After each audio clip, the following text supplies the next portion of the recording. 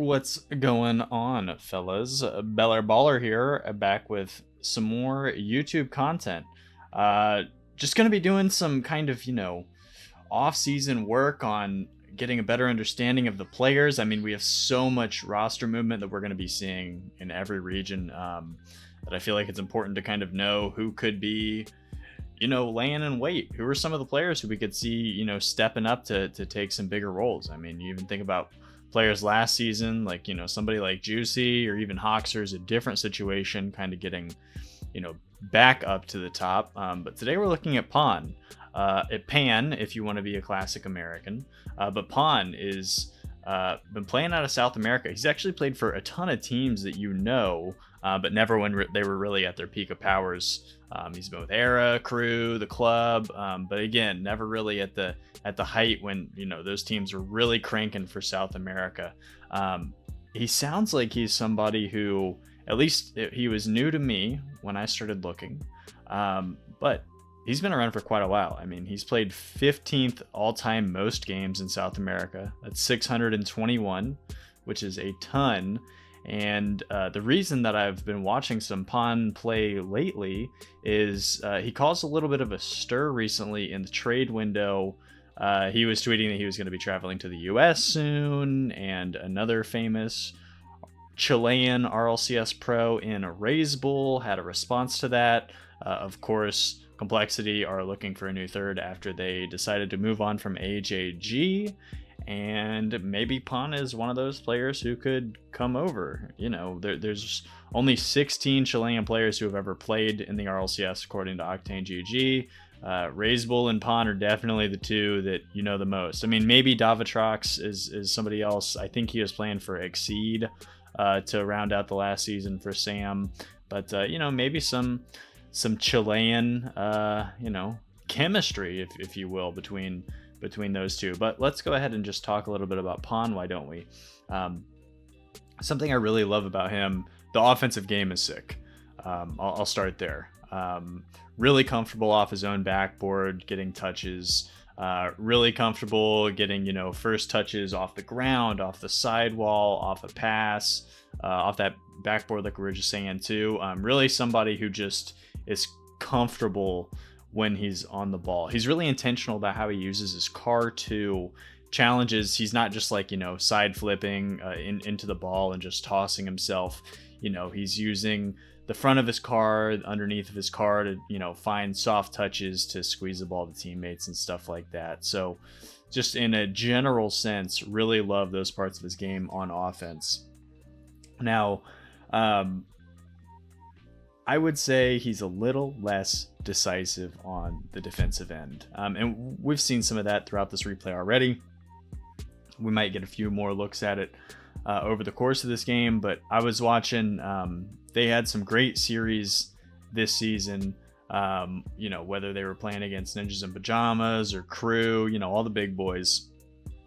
And, there's some touches like that one that we just saw on screen where the defensive decision making just isn't exactly where you'd want it to be for this game's all about consistency, right? And he seems to lack that sometimes. His play can be a little boost reliant sometimes as well.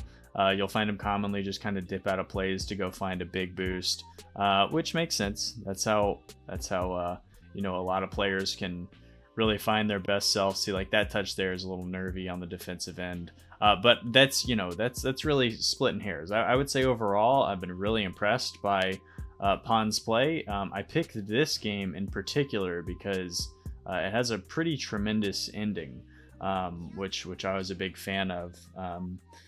Been watching quite a bit of him, and I think I want to say just a little bit about what my plan is with some of this YouTube content. I have some longer form stuff that I've been working on that's going to be coming out in the next couple of weeks. But in the meantime, I miss you, YouTube.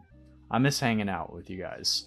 The reason that I got into the RLCS in the first place was, not to get into the RLCS, but the reason that I got into YouTube rather was, I just wanted to be delivering more RLCS content because I just love this game so much. I really do. And I feel like the content's been waning recently, and that's just been from, I think a lot of just overthinking the work that you're doing. Is it actually quality? Will people like it? And you know what I've decided? If people want to watch it, they'll watch it. And if not, it'll be a nice Rolodex for me to look back at of my opinion of players, because the RLCS moves so fast, opinions change all the time. I can't remember what I was thinking 3 weeks ago, let alone, what were my opinions about players in the fall split? I have no clue. So going to be focusing a lot this offseason on, just watching a lot of replays and picking a game or two that I like from these players and talking about them, and, just not overthinking the content. So if there's any players that you guys really want to watch, let me know. I've been loving some South American play. I've already got some people shouting out Wisty. Who are some other ones? Wisty was one of the primary ones that I heard.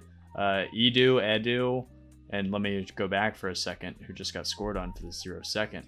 Look at this. We got a low time play here. They're down by 1. No boost here. Sticks with the ball, stays under it. Great communication to get ahead of it. Demo 0 second goal. Very impressive. So maybe I'm going to hop over to Edu after this and, catch some more South America.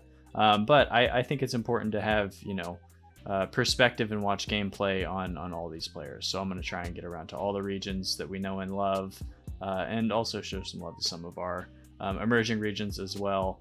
South America and MENA making stronger and stronger cases that they should just be major regions, but I digress.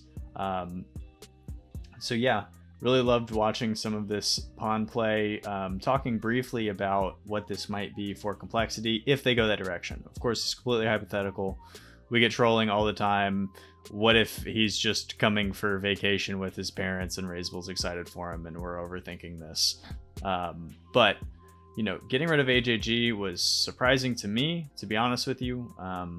I felt like that was a great roster, but I get that, things can kind of run their course, whether a move makes you necessarily better on paper or not doesn't always speak to if the results will improve or not. Sometimes you just got to shake it up, and all these players are younger, time moves fast, you're not a pro for too long, so I can wrap my head around the idea of wanting to try something different, especially when you're players of the caliber of Razeable and CRR.